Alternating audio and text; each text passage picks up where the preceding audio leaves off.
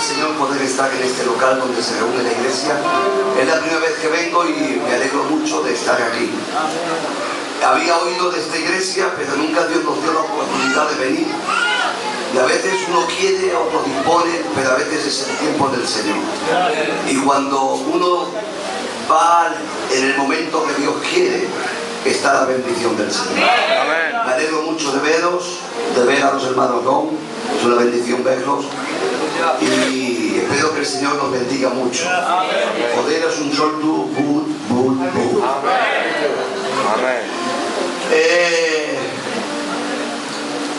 Bueno, me gustaría que hubiese bastante atención a la palabra. Yo sé que estamos en un lugar estrecho, hay mucha gente y sé que la temperatura sube, pero ahora ustedes relájense, ahora el que va a sudar soy yo. Ustedes no se preocupen, ustedes escuchen. Lo que sí me gustaría es que no hubiese mucho movimiento de niños, ¿vale? ¿Por qué? No por el niño, sino porque las madres, a veces son las madres que dicen, hermanita, coge al niño, porque a veces somos nosotros las que más desorden creamos. A mí no me se molesta cuando uno alaba a Dios, ni me molesta que la gente adore, que hable en lenguas, que llore, que alabe. No, que abre unos con otros, eso sí, porque veo que están perdiendo la bendición del Señor. Espero que Dios nos bendiga y que nos haga bien por medio de su palabra. Quisiera compartir una palabra que espero que Dios os hable. Voy a compartir una palabra a petición del pueblo. Últimamente, Negrete, voy a las iglesias y la gente me dice, nos gustaría que nos predicaras tal mensaje. Y bueno, pues a veces hay que ir también al gusto del pueblo. Pero mañana ya nadie me va a decir nada. Ya mañana predicaré lo que Dios me diga que predique, ¿de acuerdo? Bueno, pues dile al que está a tu lado, Dios te va a bendecir. Aleluya. Amén. Aleluya. Bueno, como ha dicho mi tío, hemos venido con también mi primo Antonio, que creo que ya lo conocéis. Ha venido mi hermosa esposa también. Y bueno, él ha tenido su familia. Y me alegro mucho de ver a mi familia también aquí. Y somos familia por dos partes, humana y espiritual. Y como decía San Pablo, la familia espiritual, la familia de la fe, la familia más grande que hay bajo el planeta Tierra. ¿Saben cuánto se compone actualmente la familia de Cristo? Según las últimas estadísticas, somos 2.000 billones de cristianos. 2.000 bi, es decir, un 2 y 18 ceros. Señor. Y se escapa de la mente, ¿verdad? Hay 7 billones de personas en el mundo y las estadísticas dicen las estadísticas que somos 2.18 ceros. Fíjense, no estamos solos, Hay mucha gente que está con nosotros, que adora al mismo Dios, que sirve al mismo Dios, que le cantan al mismo Dios, que le glorifican al mismo Dios. No somos un puñadito de locos, somos 2.000 billones de locos en el planeta Tierra que están alabando al mismo Dios. Y yo me siento dichoso de pertenecer a ese manicomio. Porque los que están dentro de este manicomio un día, el más loco de todos, nos llevará al cielo. ¿Amén? Bueno, pues el tema que voy a compartir, voy a hacer una pregunta, bueno, va a ser 2 preguntas, pero la primera es esta. ¿Cuántos aman a Dios? ¿Cuántos le aman? Aleluya. Hay gente que se siente dichosa porque dice, yo amo a Dios, qué grande soy. No lo veo, pero lo amo. No lo conozco, pero lo amo. Y se sienten orgullosos. Y que fíjense que no veo a Dios y lo amo. Más orgullo tiene Dios que nos ama conociéndonos. Claro. Porque que usted lo ame sin conocerlo, sabiendo que es bueno, tiene mérito, pero más mérito tiene que Él nos ame sabiendo que somos malos. Bueno. Pero Él nos sigue amando, ¿verdad? Bueno, pues amamos a alguien que no hemos visto, porque yo no he visto a Dios.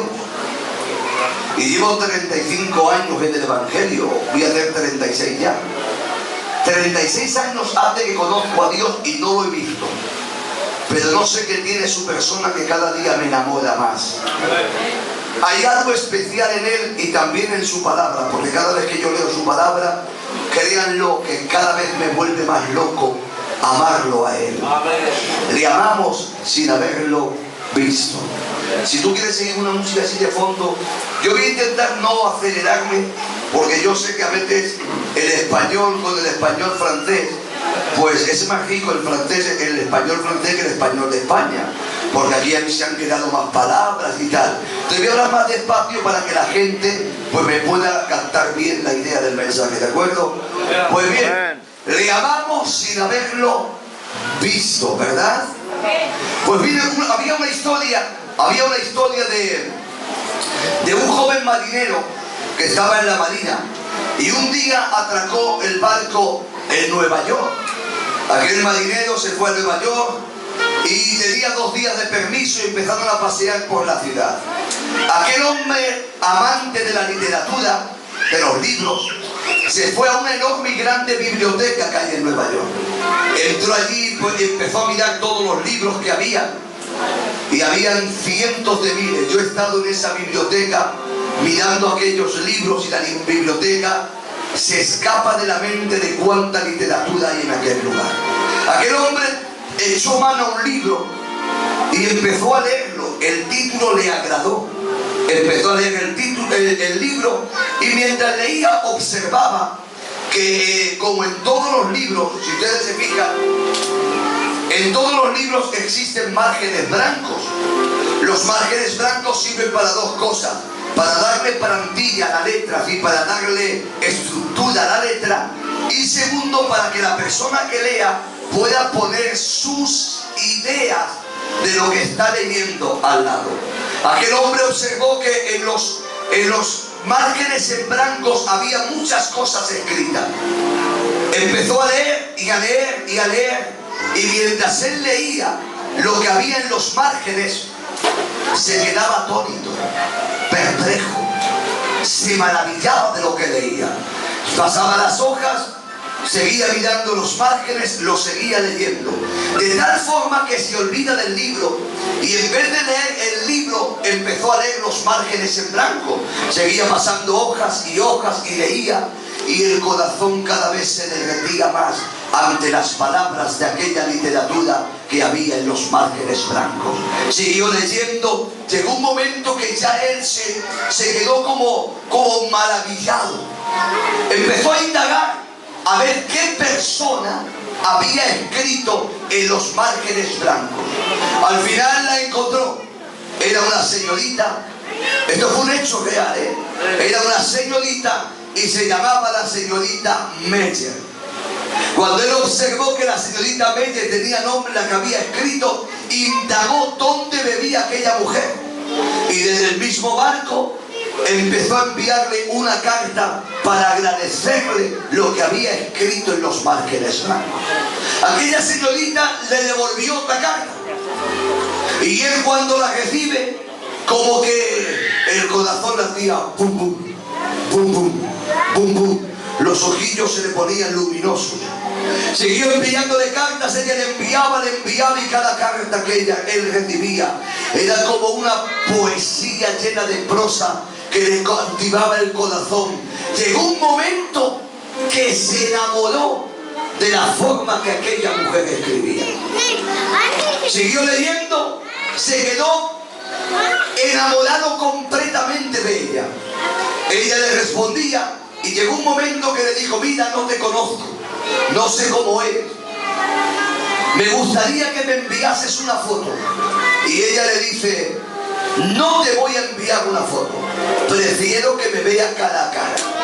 Mira, el día que tú te licencies de la marina, yo te espero a la tal hora en la estación de Nueva York.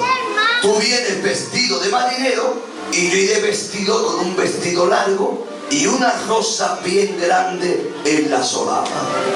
¿De acuerdo? Él se fue, llegó el momento que se licenció, se fue a la estación de aquel tren y empezó a esperar las horas. Se fue como 2 o 3 horas antes, allí de los nerviosos, esperando que viniera la persona que amaba sin haberla visto. Empezó a esperar 1 hora, 2 horas, hasta que llegó la hora exacta que había quedado con ella. De pronto observaba las escaleras que bajaban hacia la estación y vio a una señorita rubia, con unos ojazos, con un pelo hasta aquí, con un vestido verde manzana. Cuando él la vio, como que ya dejó de ver a todo el mundo, se empezó a acercar y a acercar, se acercó tanto a ella que chocó con ella. Y ella dijo: pero marinero, ¿qué le pasa? Y él dijo: perdone, me equivoqué. Siguió esperando y esperando, y 5 minutos después baja por la escalera una mujer de 80, 85 años, con un vestido largo y una rosa en la solapa del pecho. ¿Se imaginan? El gozo se fue a un pozo. Él se quería escapar: me voy. Pero cuando se iba, recapacitó: pero si yo no me enamoré de su físico, de cómo era, si era guapa, si era fea, si era joven, si era mayor, si era alta, si era baja, no me enamoré de su físico. ¿Dónde está el problema? Que me acerque, la invite a almorzar y después, bye. Pues de acuerdo. Se fue deprisa de aquella mujer. Cuando llegó donde la anciana, se cuadró y le dijo: señorita Meyer, soy su marinero. Aquella anciana se le quedó mirando y le dijo: joven, yo no sé de qué va esto, pero antes de entrar a la estación, una señorita rubia con un vestido verde manzana me dijo: anciana, póngase esta rosa. Si aquel marinero le invita a almorzar, dígale que le espero en el restaurante de enfrente. Aplauda al Señor con alegría. Muy bien. Se enamoró sin haberla visto. Esto pierde voz. Se enamoró sin haberla visto. Y yo digo: ¿cuánto nos hemos enamorado de él sin haberlo visto? No lo hemos visto, pero ¿qué tendrá los escritos de él? No en los márgenes blancos, sino en toda esta Biblia. ¿Qué tendrá sus palabras, sus dichos? Que cada vez que lo leemos nos quedamos prendados de él. Un libro que para la gente eso es un referente de espantaespíritu, un amuleto de buena suerte, o que tiene la negra y le trae mala suerte. Pero este libro es el libro de Dios, la palabra de Dios. Se llama Biblia porque significa libro, la composición de muchos libros. Exactamente 66 libros. Tiene 2 testamentos, el Antiguo y el Nuevo. Está compuesto por 66 libros. Tiene 3.566.483 letras, 31.183 capítulos. Tiene 1.102 capítulos y 31.000 versículos. Tiene 3.573 promesas. Este libro que la gente rechaza es el libro de Dios, la palabra de Dios. Por eso él dijo: el cielo pasará, la tierra pasará, pero la palabra de Dios vive y permanece para siempre. Y yo le amo a él. Amén. Por sus escritos, pero también amo su palabra. Amén. ¿Le amas? Amén. Pues bien, entramos en la palabra. Segunda pregunta: ¿cuántos conocen a Dios? Los que conozcan a Dios con alegría, con gozo, levanten la mano bien alta y digan para él: amén. Hay don que no levantan la mano porque me lo escucharon en París. No me acuerdo, Por eso no levantan la mano, pero aquí ha habido hoy muchos atrevidos que se han levantado la mano. Han empezado muy rápido así, veremos a ver cómo termina. Si esto lo puedes poner más sabroso, porque no sé, tiene algo como que me saca la voz del pecho y con esta voz, con esta megafonía hay que gritar, ¿verdad que no? Tiene que predicar sola, tengo que dejar aquí y predicar sola. Pero les voy a poner un poco de mi voz para que ustedes la oigan bien, ¿de acuerdo? Vamos a leer la palabra. El libro de Job, capítulo 11, verso 7. Job 11, 7.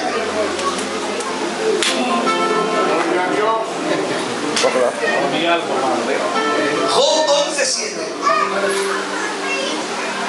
Es una pregunta que un joven supuesto amigo de Job le hace a ese hombre de Dios llamado Job, y le dice así: David, Fíjense la pregunta. foglie e copa. Le dice, ahora está súper bien.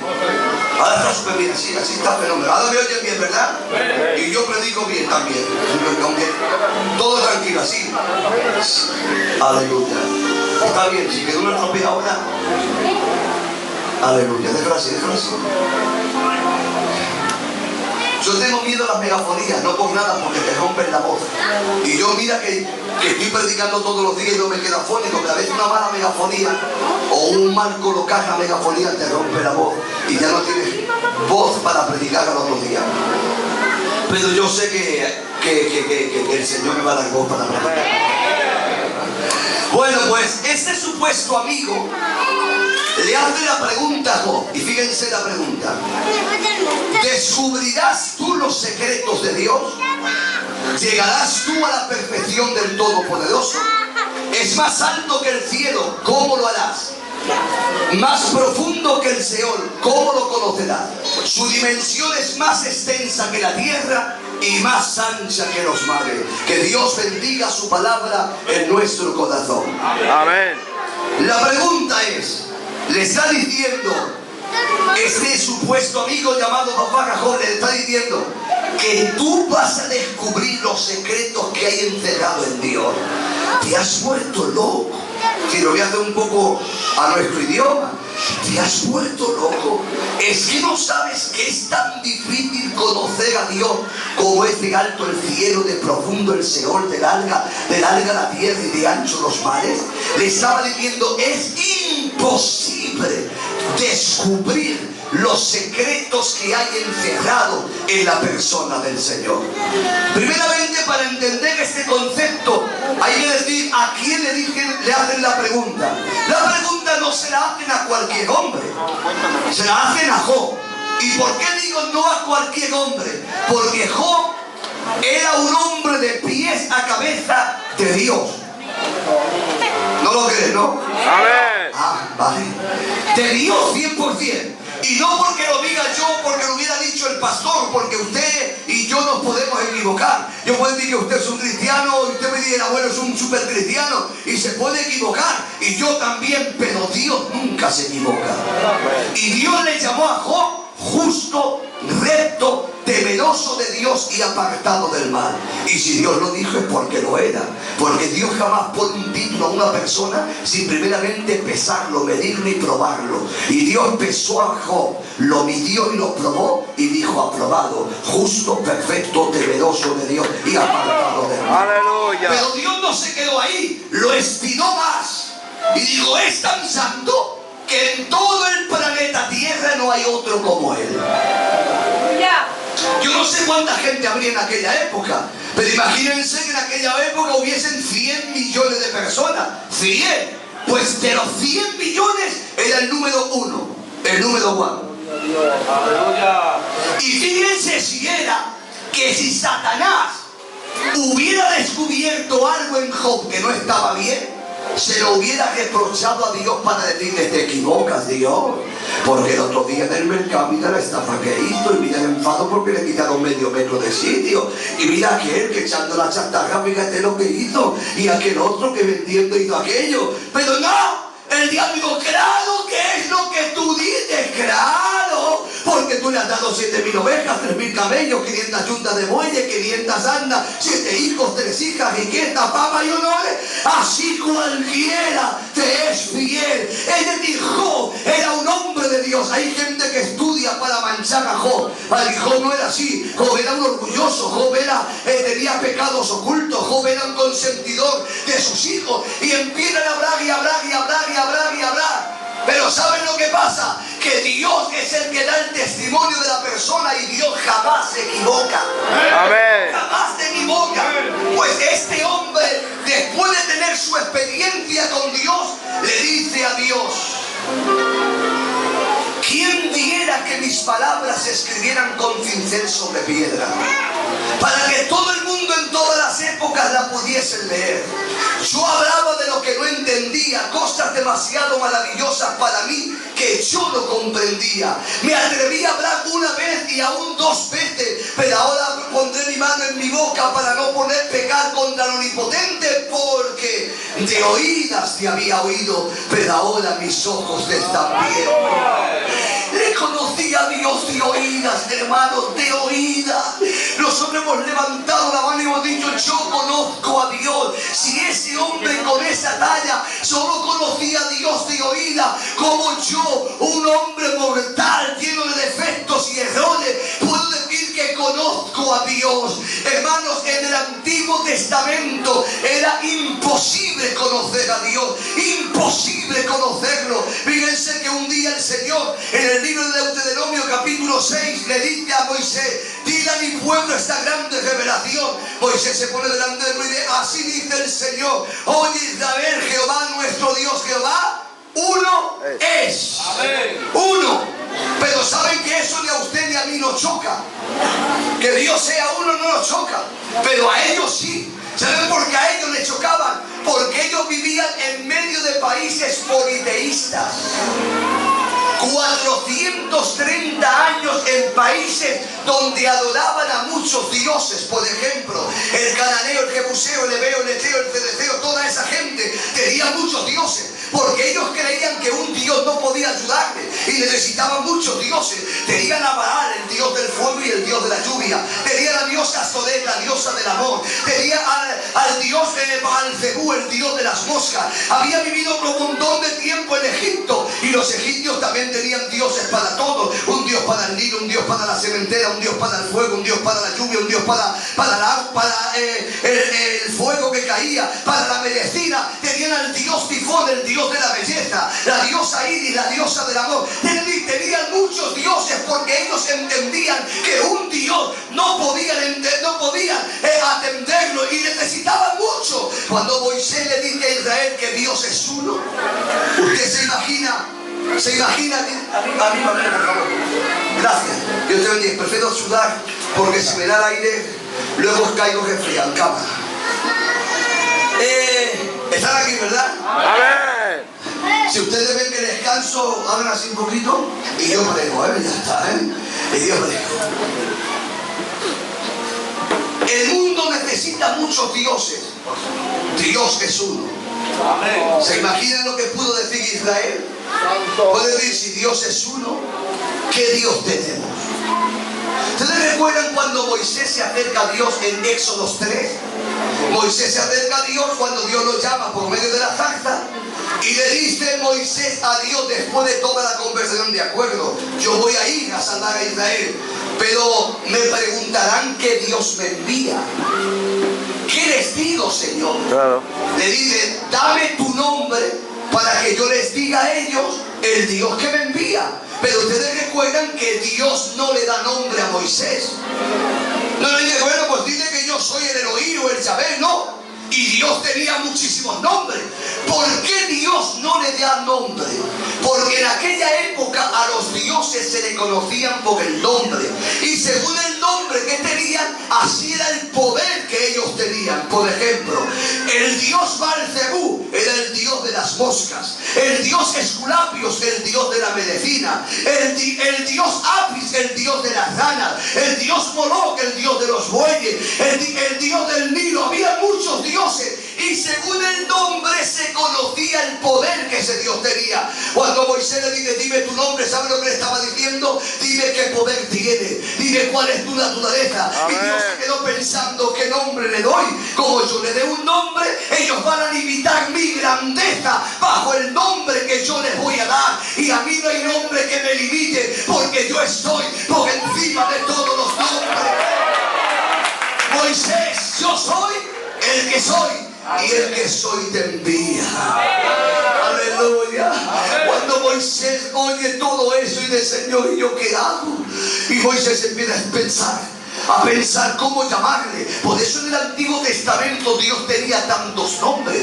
Usted lo habrá leído, que Dios en el Antiguo Testamento tenía muchos. ¿Por qué? Porque según iban descubriendo el poder de Dios, le iban colocando el nombre según el poder. Por ejemplo, Moisés recuerda el capítulo 22 de Génesis, cuando Dios le pide a Abraham que sacrifique a su hijo. Abraham llega al monte que Dios le dice, y cuando está en la falda, le dice el hijo: papá, ya estamos aquí, tenemos el fuego, la leña y el cuchillo, y la víctima. Y le dice a Abraham: Dios proveerá. Suben al monte, levanta el altar, pone la leña, haga al hijo, lo pone encima, toma el cuchillo y lo va a matar. Y cuando lo va a matar, dice Dios: detente, Abraham, he visto tu integridad. Mira tu derecha que hay un carnero, sacrifícalo en lugar de tu hijo. Abraham lo sacrifica y dice: ya sé cómo te llamas. Te llamas Jehová Jireh, el Dios que provee. Dice Moisés: ya sé, es el Dios de la provisión. Pero en el capítulo 13 de Éxodo, creo que es el 13, le dice Dios a Moisés: Moisés, dile a mi pueblo que si ellos andan en mi palabra, ninguna maldición que yo envié sobre los egipcios les enviaré a ellos, porque yo soy Jehová Rafa, Jehová tu sanador. Moisés dice: ya sé, es el Dios que provee y el Dios que sana. Pero en el capítulo 17 Israel entra en batalla con los amalecitas. Israel empieza a perder, pero Moisés se sube al monte y dice: Señor, estamos perdiendo. Yo sé que tú provees y yo sé que tú sanas, pero Señor, tú podrás darnos victoria en medio de la guerra. Y dice: levanta las manos. Moisés levanta las manos y Dios le da victoria y dice: te tengo que poner otro nombre. Tú eres Jehová Nisi, el Dios que levanta bandera. Y le dice: Señor, necesitamos paz, y Dios le envía paz y le llama Jehová Shalom. Te necesitamos en el norte, en el sur, en el este y en el oeste, y Dios estaba en todas partes y le llama Jehová Sama. Es que un nombre a Dios se le queda pequeño. Todos los nombres buenos entran en su persona. Dios dice: yo soy el Sabaoth, el Dios de los ejércitos. Yo soy el Dios Sama, el Dios que está con vosotros. Yo soy Jehová Roy, soy vuestro pastor. Yo soy el Elohim, el Shabé, el Adonai, el Olat, el Sabaoth. Yo soy el Dios, el Shaddai. Es que Dios, soy el Dios de los dioses, el Señor de los señores, y soy el Dios más grande. ¡Aleluya! Amén. El mundo necesita muchos dioses.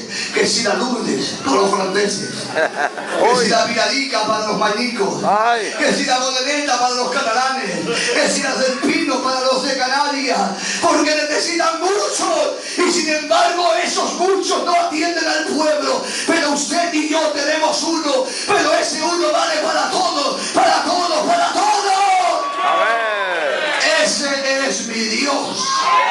¿Y el tuyo? Han pasado los años y ahora el Señor siente deseo de que le conozcan un poco más. ¿Cómo lo hago?, piensa el Señor. Y pensando, Dios dice: a ver, voy a bajar y me voy a parecer a los hombres. Pero después de pensarlo, dice: no hay hombre en la tierra que vea a Dios, Dios te bendiga, y que luego viva para contarlo. Dice: no puedo ir. Y si envío a un ángel, la Biblia dice en el libro de Job: Dios en los ángeles encontró necedad. Y si envío a un siervo, dice en Job: y en los siervos no confía. Dios se queda pensando y dice: ahora, ¿cómo hago? Yo quiero que ellos sepan cómo yo miro, cómo yo hablo, cómo atiendo a la gente, cómo me preocupo por ellos. ¿Cómo lo hago? Y cuando en el cielo se creen que el hombre se va a quedar sin la revelación de Dios, en la diestra del Padre está su Hijo Jesucristo, que levantando la mano dijo: papá, envíame a mí, yo te voy a dar a conocer a los hombres. Y el Evangelio San Juan capítulo 1 verso 18 dice: a Dios nadie lo vio jamás, pero el unigénito del Padre que estaba en su seno, este lo ha dado a conocer. Jesús ha venido a revelarnos a Dios entre los hombres, pues Jesucristo es Dios. Pablo, cuando lo ve, tiene que decir: en él habita corporalmente toda la plenitud de la deidad de Dios. En otro pasaje tiene que decir: Dios fue manifestado en carne, justificado en el Espíritu, visto por los ángeles y recibido arriba en gloria. En el libro de los Hebreos capítulo 1 dice: Dios, habiendo hablado muchas veces y de muchas maneras en otros tiempos a los padres por medio de los profetas, en estos postreros tiempos los ha hablado por medio de su Hijo Jesucristo, quien hizo el universo